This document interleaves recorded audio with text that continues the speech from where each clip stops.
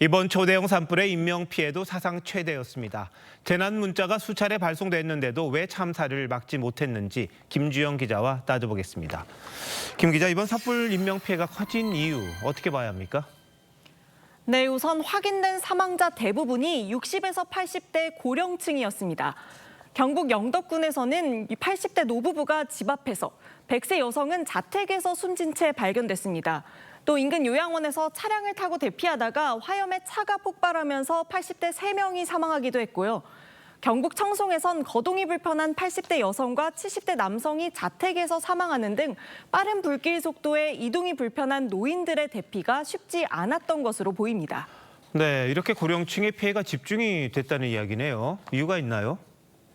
네, 이번에 사망자가 20명 넘게 나온 경북 지역은 65세 이상 인구가 24.7%로 전국에서 고령 인구 비율이 두 번째로 높은 지역입니다. 게다가 방통위 조사에 따르면 연령이 높아질수록 재난 상황에서 스마트폰을 이용하는 비율이 뚝 떨어져서 70대 이상에서는 32%에 불과합니다. 고령의 주민들에게 실시간 정보가 제대로 닿지 못하면서 피해가 커졌다는 지적이 나옵니다. 그나마 재난 문자가 오락가락해서 혼란을 더 키웠다, 이런 지적도 있죠.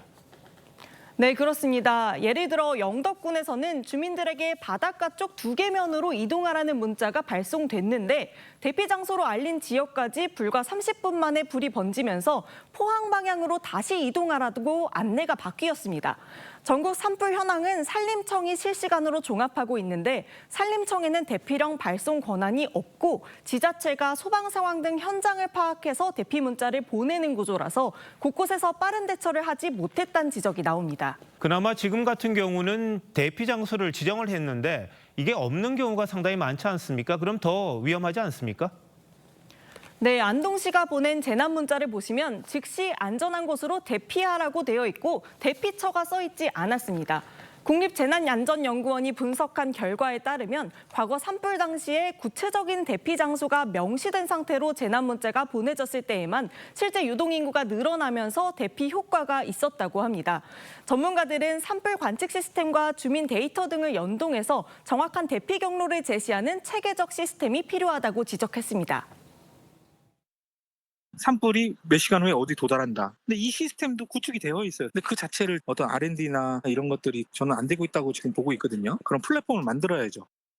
그렇다면 고령층의 사망이나 피해를 줄일 수 있는 방법은 뭐가 있을까요? 네, 일본의 경우에는 재해 경보를 5단계로 나눠서 이미 3단계에 들어서면 고령자, 장애인 등 취약계층을 먼저 대피시킵니다. 헛걸음이 되더라도 사전에 대피하자는 차원인 건데요. 전문가들은 우리도 산불이나 대형 재해를 대비해서 민방위처럼 사전 훈련을 실시하고 취약계층이 함께 이용할 이동수단을 마련해야 한다고 조언했습니다. 어디로 대피해야 될지 방법은 사전에 고지드리고 훈련을 통해서 뭔가를 하거나 지역사회에서 버스 같은 것들을 이용해서 훈련이 필요한데 그런 것들을 한 적은 없죠. 네, 체계적인 대응 방법을 빨리 좀 만들어서 효과적인 대피가 있어야 좋겠군요.